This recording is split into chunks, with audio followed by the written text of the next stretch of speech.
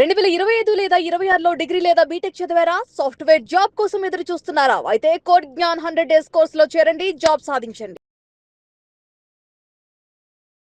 అవమానాన్ని ఎలా భరించాలి?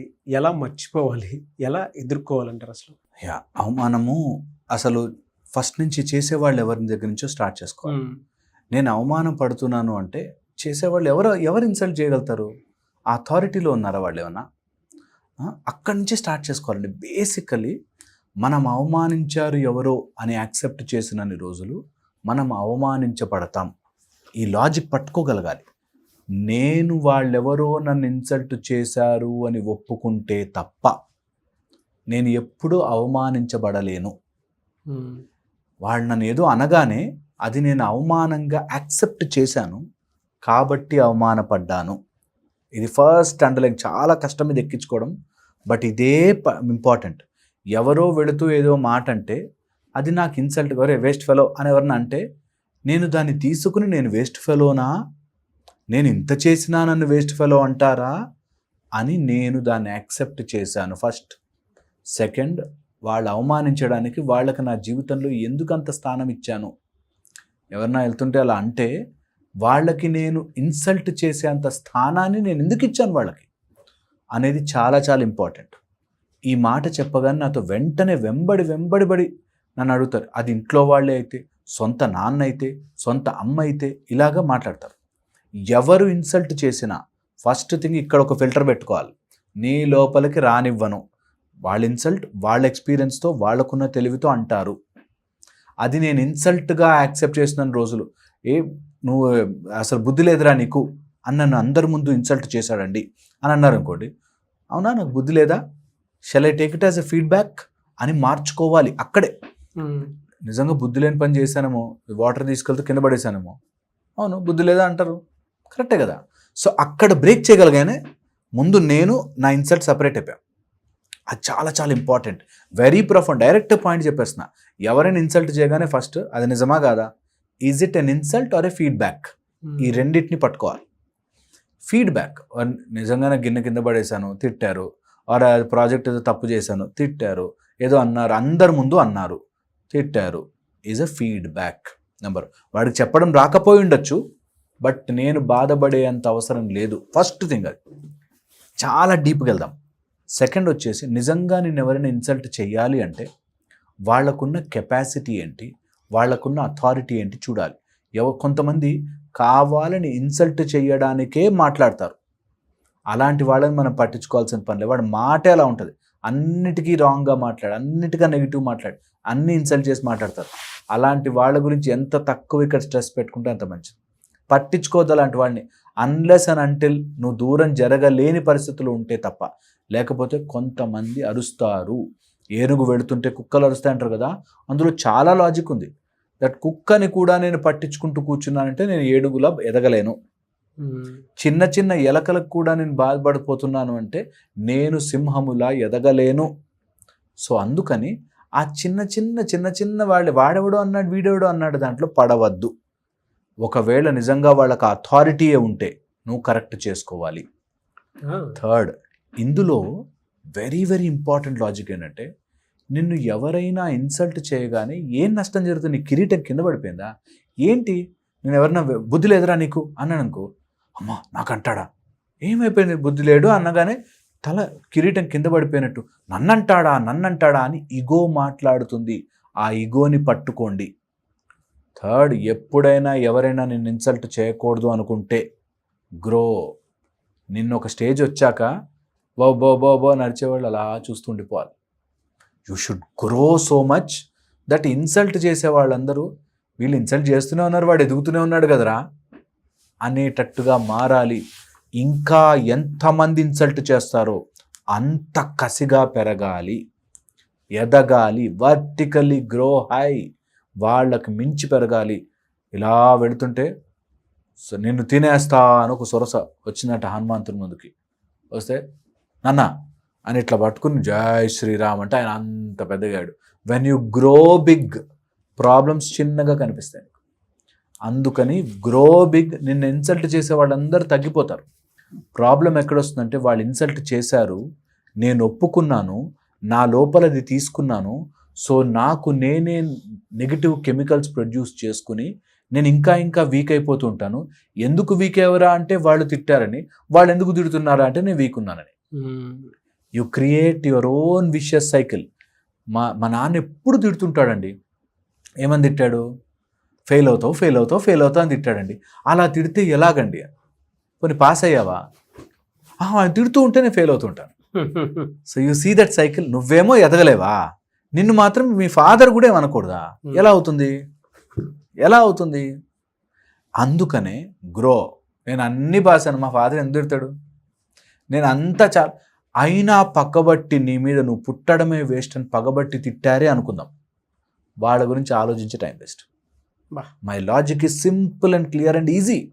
ఒకవేళ నీ మీద ఇష్టం ఉండి నీ వాళ్ళు అయ్యుండి నేను తిట్టినా బాగుపడతావేమో అని తిడుతుంటే టేక్ ఇట్ యాజ్ అబ్బా నన్ను కేర్ చేసేవాళ్ళు ఉన్నారు, నేను బాగుపడాలి అని చూడ్డానికి వెయిట్ చేసేవాళ్ళు ఉన్నారు అని పాజిటివ్గా తీసుకుని ముందుకెళ్ళాలి.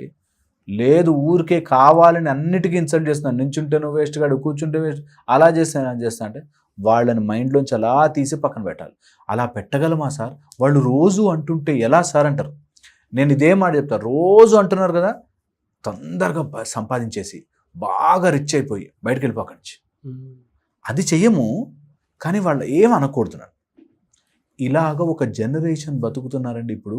నేను చూస్తున్నాను కదా, ఒక ఎంటైర్ జనరేషన్ ఇప్పుడు ఎవ్వరూ నన్ను ఏమనకూడదు, మా టీచర్ తిట్టకూడదు, మా ఫ్రెండ్స్ అనకూడదు, మా బాస్ చెప్పకూడదు, వీళ్ళెవరు చెప్పకూడదు.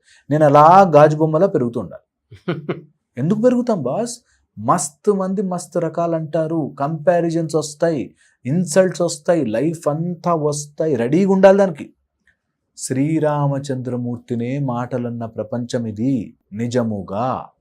అందుకని మనము ఎవరో ఇన్సల్ట్ చేస్తారేమో, ఇన్సల్ట్ చేసేసరికి అయ్యో అయ్యో అని మన మీద మనమే బాధపడిపోతూ బ్రతకకూడదు. ఇన్సల్ట్ చేస్తున్నారా? గ్రో. ఇంకా ఇన్సల్ట్ చేస్తున్నారా? గ్రో. ఎప్పుడు అంతే, గ్రో, కీప్ ఆన్ గ్రోయింగ్. ఎప్పుడైతే నీ ఫోకస్ దాని మీద ఉంటుందో, గ్రోత్ మీద ఉంటుందో, నీకు తిట్టేవాళ్ళు కూడా ఒక స్టేజ్ వచ్చాక ఆలోచిస్తారు, వాడిని ఏమంటాంలే అని వదిలేస్తారు. నిజంగా అయినా కూడా వెంబడించి తిడుతున్నారంటే రెండే కేటగిరీలు. ఒకటి నువ్వు బాగుపడాలని, రెండు నువ్వు ఖచ్చితంగా ఎలా బాగుపడ్డా ఎంత గొప్పవాడని నేను ఎక్కిరించడానికి. అలాంటి వాళ్ళ గురించి టైం వేస్ట్ చేయొద్దు, ఇలాంటి వాళ్ళ గురించి బాధపడద్దు. Very very important. నీ మైండ్లో ఇది రమించుకోండి. అందరూ ఎవరైతే ఉంటారో అదే మైండ్లో తిప్పుకోండి. దట్ ఇన్సల్ట్స్ని పట్టించుకుంటూ కూర్చోను, ఇన్సల్ట్ని ఒక ఫీడ్బ్యాక్గా తీసుకుని ఎలా ఇంప్రూవ్ అవ్వగలుగుతాను అనేది చూసుకోవాలి. ఇన్సల్ట్కి క్వాలిటీ వచ్చేసి నీ చేస్తున్న ప్రతి పనిని ఎవరైనా ఇన్సల్ట్ చేస్తున్నారు అంటే వాళ్ళు నీ లిస్ట్లో డీలిస్ట్ చేసేయాలి, తీసేయాలి. ప్రతిదానికి అసలు మంచి లేదు చెడు లేదు అన్నిటికీ తిడుతున్నారు, వాళ్ళు నీ లైఫ్లో అనవసరం. Slowly push them away. ఎలా? By growing. ఓకే. సెకండ్, వాళ్ళ మీద ఇప్పుడు ఆధారపడి ఉన్నాము కాబట్టి ఆ కొన్ని రోజులు తట్టుకో. నా దగ్గరకు ఒక అబ్బాయి వచ్చాడు, నేను ఏదో చేద్దామన్నాను లైఫ్లో, చేయనివ్వలేదండి, మా నాన్న వాళ్ళు అన్నారు, మా అమ్మ వాళ్ళు అనేసారు, నా మొత్తం ఫ్యామిలీ అంతా పగబట్టేసింది. నేను చెప్పాను, ఓ 1 year, ఇంకో 1 year నువ్వు వేస్ట్ కాడు అని తిడతారని ఫిక్స్ అయిపో. ఇంకో 1 year మహా అయితే నువ్వు వేస్ట్, నువ్వు ఇట్లా నువ్వు అట్లా అంటారు. ఈ 1 yearలో నువ్వు సాధించాల్సినవన్నీ లిస్ట్ రాసుకుని సాధించేయి. ఎలాగో తిడుతున్నారు కదా, ఆ తిట్లు ఆలోచించే బదులు చదువుకుని సాధించేయి. సాధించేశాక అప్పుడు నువ్వు నించుని నువ్వు నన్నిన్ని మాటలు అన్నారు కదా అని సినిమా డైలాగ్ ఒకటి రాసిస్తా, అది కొడుతూ కానీ ఇప్పుడు ఎదుగు. నిజంగా అబ్బాయి సిన్సియర్గా చేశాడండి, హ్యాపీగా ఉన్నాడు. అంటే అరే అంటారు, చాలామంది అంటారు, చాలామంది చాలా మాటలు అంటారు. నాకు ఒక అమ్మాయి నల్లగా ఉంటాను మా అమ్మ నాన్న తిడతారు సార్. ఓకే. అండ్ వాళ్ళు క్లియర్ చెప్పారు, నువ్వు నల్లగా ఉన్నావు కదా, ఏం చేయలేవు కదా, దానికి ఏం చేస్తే నీ నలుపు పోయి నీ లోపల నుంచి ఆనందం వస్తుంది, అది చెయ్యి. Practice, study, work hard, exercise, gym, mind, physical, mental health పెంచుకో, నీ డబ్బును సంపాదించుకో. ఆటోమేటిక్గా అందరు నోరు మూసుకుంటారు. సో పీపుల్ విల్ ఇన్సల్ట్, అందులో నువ్వు సొంత వాళ్ళు ఇన్సల్ట్ చేస్తారు, మొగుడు, భార్య, భర్త, అత్త, మామ, అమ్మ, నాన్న ఇన్సల్ట్ చేస్తారు. నువ్వు ఇన్సల్ట్ ఎందుకు చేశారని వాళ్ళని మారుస్తూ కూర్చున్నావా, నీ బతుకు ఆగిపోయింది. వాళ్ళు ఇన్సల్ట్ చేస్తూనే ఉంటే నేను ఎదిగినా ఇన్సల్ట్ చేస్తారు వాళ్ళు, నేను ఎదగాలంతే. అని ఇంప్రూవ్ అయ్యావా మారుతుంది. ఎవరైనా చేసుకోవాలి అనుకుంటే నేను చెప్పే కొన్ని టెక్నిక్స్ ఫాలో అవ్వండి, వాళ్ళకి యూజ్ అవుతుంది. 1, ఎవరైనా మనని ఇన్సల్ట్ చేస్తున్నారంటే వాళ్ళని డైరెక్ట్గా ఫేస్లో చూడవద్దు. Either look it into their third eye area or over the shoulder చూడాలి. ఎవరైనా వాడు మాట అంటుంటే వాళ్ళని చూడొద్దు, జస్ట్ ఓవర్ ద షోల్డర్ వాళ్ళని చూస్తున్నట్టే ఉండాలి. ఓవర్ ద షోల్డర్, చెవు ఇక్కడి నుంచి వెనక్కి చూడండి. వాళ్ళు don't engage with their eye because their negative energy comes. 1. 2, ఎప్పుడు వచ్చినా సరే అలాంటిది ఎప్పుడు వచ్చినా సరే just take it from here and say don't want this insult, just I don't want this insult. నేను తీసేస్తున్నది నాలోంచి, ఎందుకంటే that comes into your aura. ఎవరో ఒకళ్ళు రోజు నువ్వు వేస్ట్ గాడివిరా అంటుంటే అది వాళ్ళ ఆరాలోకి వచ్చేస్తుంది. So don't let that thought enter into your bin. Brain అనే ఒక బాక్స్లోకి ఆ చెత్త పడింది అంటే నిజంగా వీక్ అయిపోతాం. అంటే తీసుకోకపోవటం అంత ఈజీ అసలు. అంటే సార్ నేను చెప్తున్నాను ఈ మాట అన్నీ ఈజీ, ఎందుకంటే ఆ మాట అన్నది తీసుకోవడం మనమే తీసుకుంటున్నాం, తీసుకోకూడదు అనుకుంటున్నది కూడా మనమే తీసుకుంటాం. అదేది నిజంగా లేదు, వచ్చి తల మీద కూర్చోదు. వాడు అన్నాడు కాబట్టి నేను తీసుకుంటున్నాను ఈజ్ ఆల్సో యువర్ థాట్. తీసుకోకూడదు is also your thought. Is as simple as that. నిజమే, అది చిన్న ఆలోచన. వాడెవడో వేస్ట్ ఫెలో అన్నా నేను తీసుకుని బ్రెయిన్లో పెట్టుకున్నా, అనకూడదు అంటున్నా అది తీసుకుని బ్రెయిన్లో పెట్టుకోలేకపోతున్నాం. అది ఆలోచనే ఇది ఆలోచనే, వెరీ ఈజీ. ఎందుకంటే అవతల వాళ్ళని మార్చాలని శ్రీరామచంద్రుడు అంతటి సైతం కాలేదు. మనమెంత శ్రీకృష్ణ పరమాత్ముడు ఇటు జంప్ చేసి కౌరవులకు చెప్పలేకపోయాడు, ఇటు సైడ్ పాండవులకు చెప్పాడు, కానీ కౌరవులకు చెప్పలే మారమని. మారరు వాళ్ళు, రాయబారం చేసినా మారలే. కొంతమంది మారరు, కొంతమందిని వాళ్ళు అలా ఎందుకున్నారు అని ఆలోచించి టైం వేస్ట్ చేయొద్దు. హ్యాపీగా grow grow grow grow beautiful, so that అందరూ మీ కిందకే, మీ పైన వెళ్ళరు. థ్యాంక్ యూ అండి, thank you so much sir.